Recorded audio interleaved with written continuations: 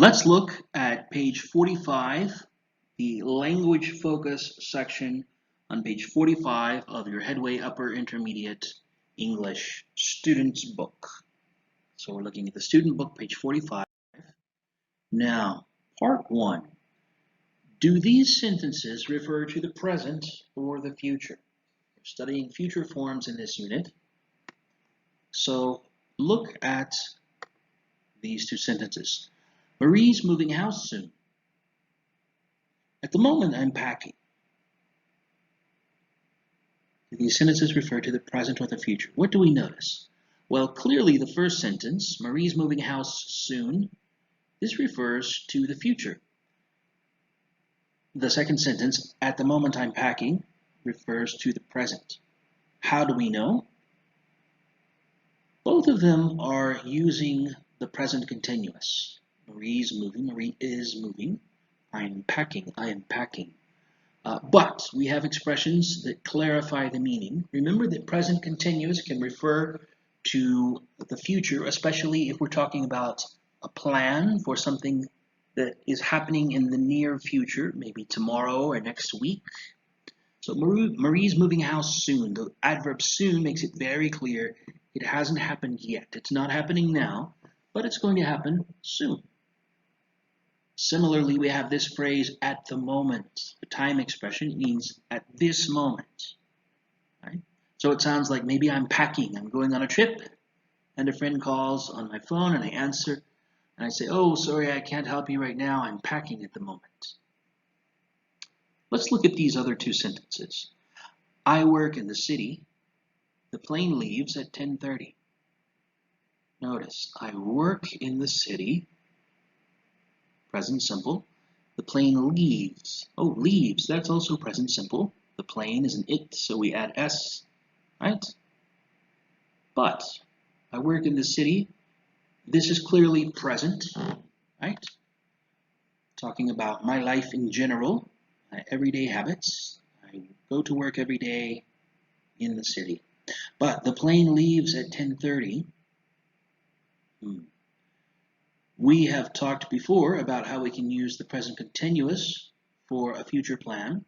We also can use the present simple for a future plan in a sentence like this. We're talking about a plan for the near future, and it's a definite plan. It's on a schedule. Something that is on a schedule, something that is regularly occurring. We can also say in the present simple in a sentence like this. We especially do this to talk precisely about when a plane leaves, when a bus leaves, situations like that. Now, part 2. What's the difference between these sentences? What do you do in the evenings? What are you doing this evening? Well, what do you do in the evenings is a general question asking a person about their routine, what they normally do in the evening.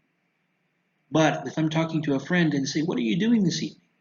It sounds like maybe I want to see if they want to go out for coffee, maybe study together, something like this, right? What are you doing this evening means what are you planning to do specifically tonight or this evening? Get in the car, I'll give you a lift, right?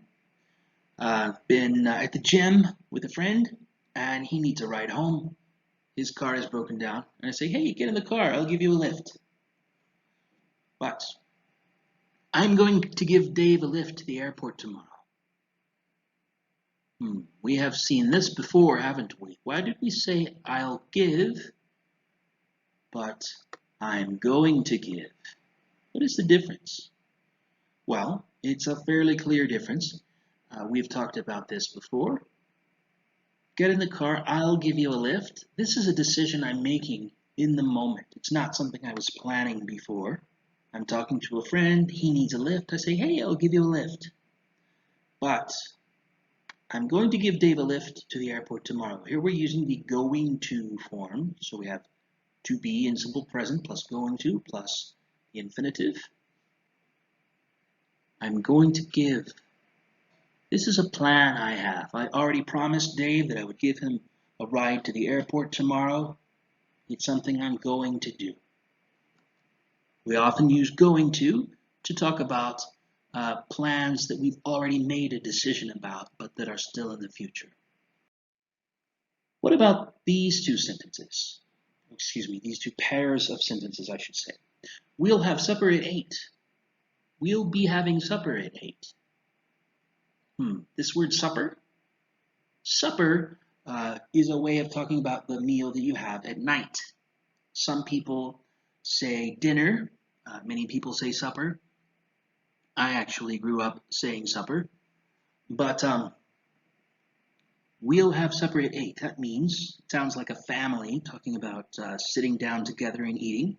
At 8 o'clock, we're all going to sit down at the table, as we do in America, and we'll eat supper. When? At 8. But we'll be having supper at 8. This is future continuous, right? We'll have, just future simple. But we'll be having, this is future continuous. We'll be having supper at 8. This is going to be in progress at 8. So maybe we will start having supper at 7:45. It might take us 30 or 45 minutes to eat supper together. So we will be there for a little while. But it sounds like I'm saying, oh, you want to call me at 8? Sorry, that's not a good time because I'll be having supper. Right? At that time, we'll be having supper. So maybe wait until 8:30 or 9 to call. This is the idea. Now, these two sentences. I'll write the report tomorrow night. I'll have written the report by tomorrow night. Let's take a look at this. The first sentence is in future simple, and it's fairly straightforward, fairly simple. I'll write the report tomorrow night. When am I going to write the report? Tomorrow night. Tomorrow, after the sun goes down, I will sit down and I will write the report. Maybe it will take me 2 or 3 hours, but I'll finish it tomorrow night. But I'll have written the report by tonight. Notice we added the word by. I'll have written. Have you seen this form before? Maybe or maybe not. This is the future perfect. We have studied the present perfect, the past perfect. Now we're looking at the future perfect. This is a somewhat rare, kind of rare form, but we use it. And here is the meaning. I'll have written the report by tonight. Maybe I'm talking to my boss, and it's 9 o'clock in the morning. We've just had a staff meeting, and he wants to know about the report because he needs it tonight.